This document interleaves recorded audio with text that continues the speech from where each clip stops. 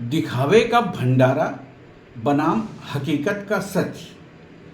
पुण्य वह नहीं जो दुनिया को दिखाई दी जाए। पुण्य तो वह है जिसकी खबर आपके अलावा किसी को ना हो। आप देख रहे हैं शोरगुल टाइम्स और मैं हूं अजय साहू। दोस्तों, आज की कहानी एक ऐसे सेठ की है जो अपनी कंजूसी के लिए पूरे शहर में मशहूर था।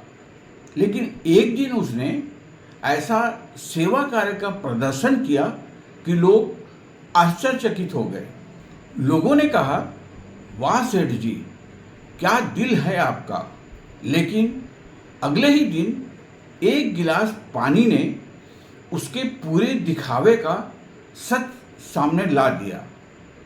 तो आइए सुनते हैं दिखावे का भंडारा बनाम हकीकत का सच।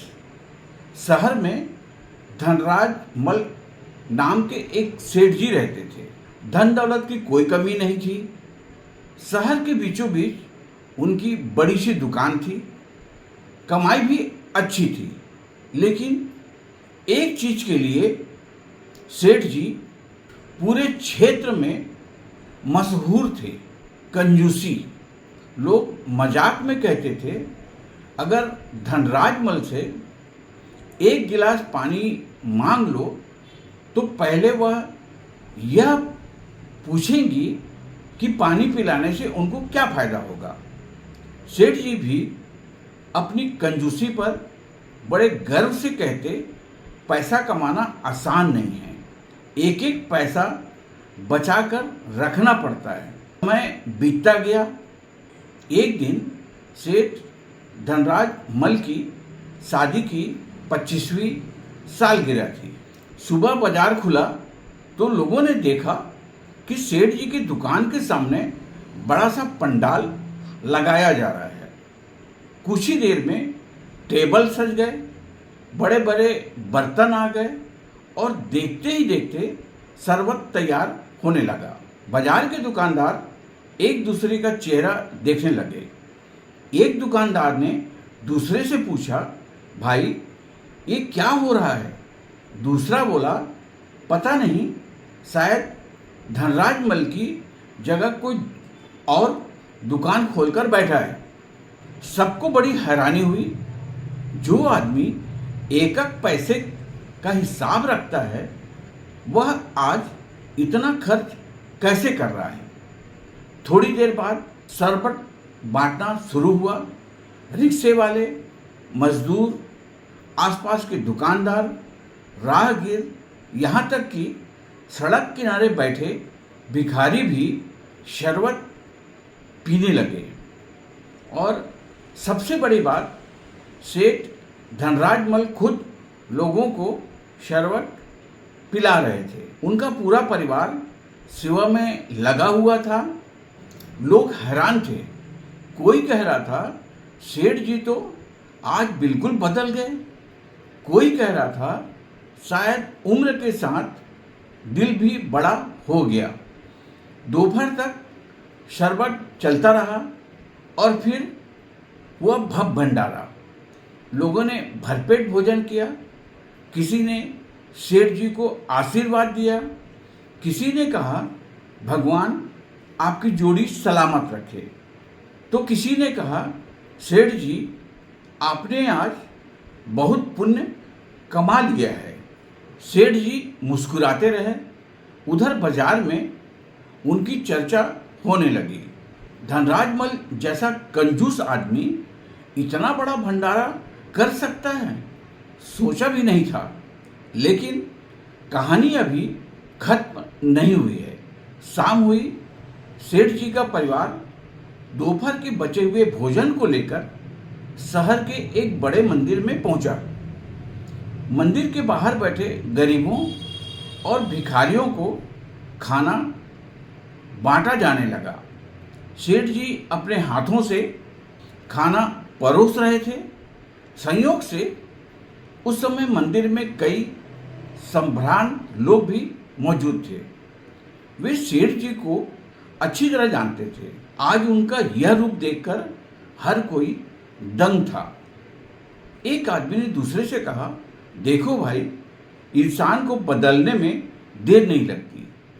दूसरे ने कहा, सही कहा, आज तो धनराज मल ने कमाल कर दिया। सेठ जी के चेहरे पर संतोष था। शायद उन्हें भी लग रहा था कि आज उन्होंने बहुत बड़ा पुण्य कमा लिया है। अगली सुबह सूरज निकलने से पहले ही धनराज मल की दुकान खुल गई। बाजार के बाकी दुकानदार जब अपनी दुकानें खोलने पहुंचे तो देखा पूरे बाजार में सबसे पहले धनराज मल की दुकान खुल चुकी थी। लोग फिर चर्चा करने लगे। एक दुकानदार बोला, कल तो दुकान बंद रखी थी, आज शायद नुकसान की भरपाई करने के लिए इतनी सुबह दुकान खोल ली होगी। दूसरा बोला, हाँ भाई, आखिर व्यापार व्यापार होता है। धीरे धीरे बाजार सामान्य हो गया। करीब 11 बजे का समय था। तभी एक भिखारी धीरे धीरे चलता हुआ दुकान के बाहर जा पहुंचा। सेठ जी की नज़र उस भिखारी पर पड़ी। सेठ जी का पारा चढ़ गया। उसने गुस्से से कहा, क्या है? भिखारी बोला, सेठ जी।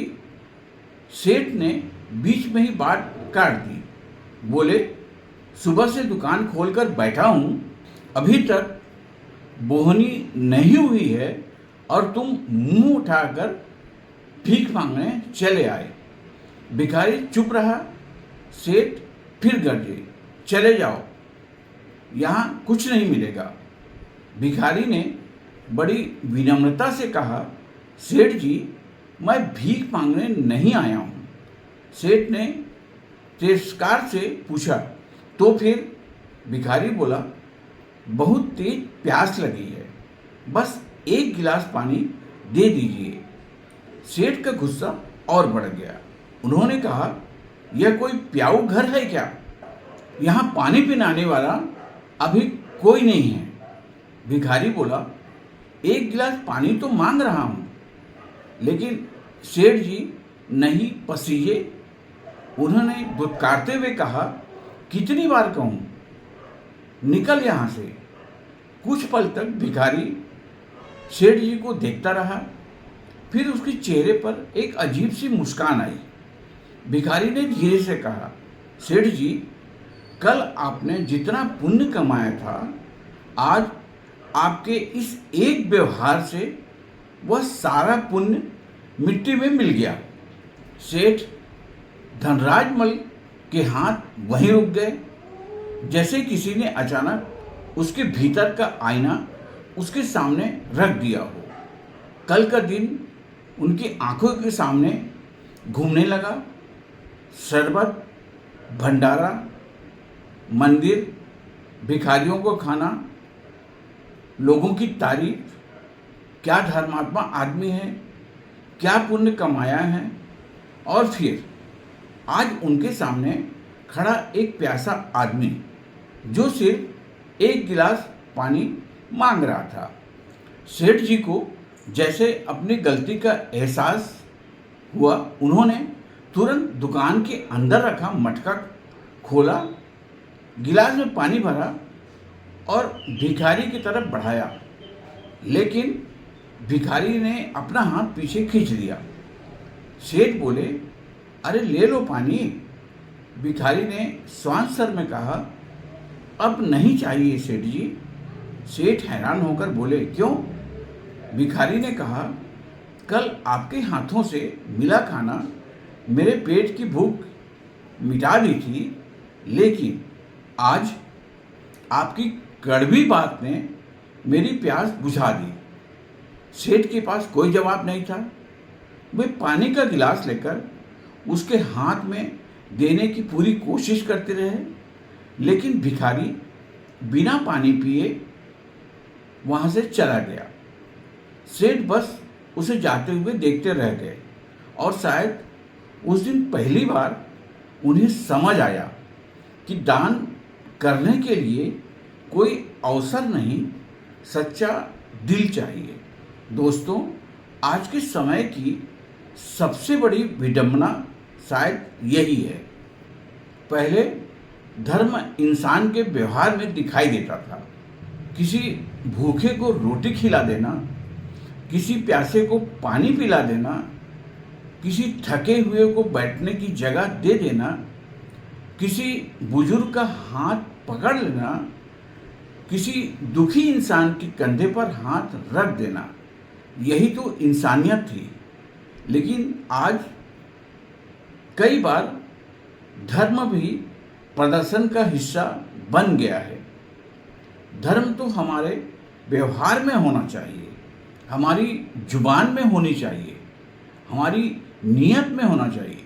दोस्तों, अगर यह कहानी आपके दिल को छू गई हो तो इसे सिर्फ देखकर अपने तक मत रखिए।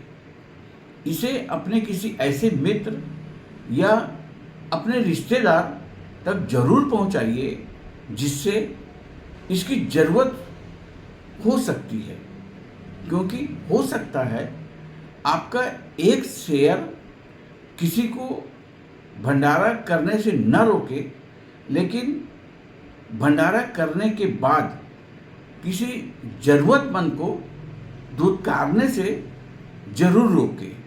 आज के लिए बस इतना ही। कल फिर मुलाकात होगी एक नई कहानी और एक नए विचार के साथ। तब तक के लिए इजाज़त। आप अपना और अपनों का खूब ख्याल रखिए। नमस्कार, धन्यवाद। हर हर महादेव।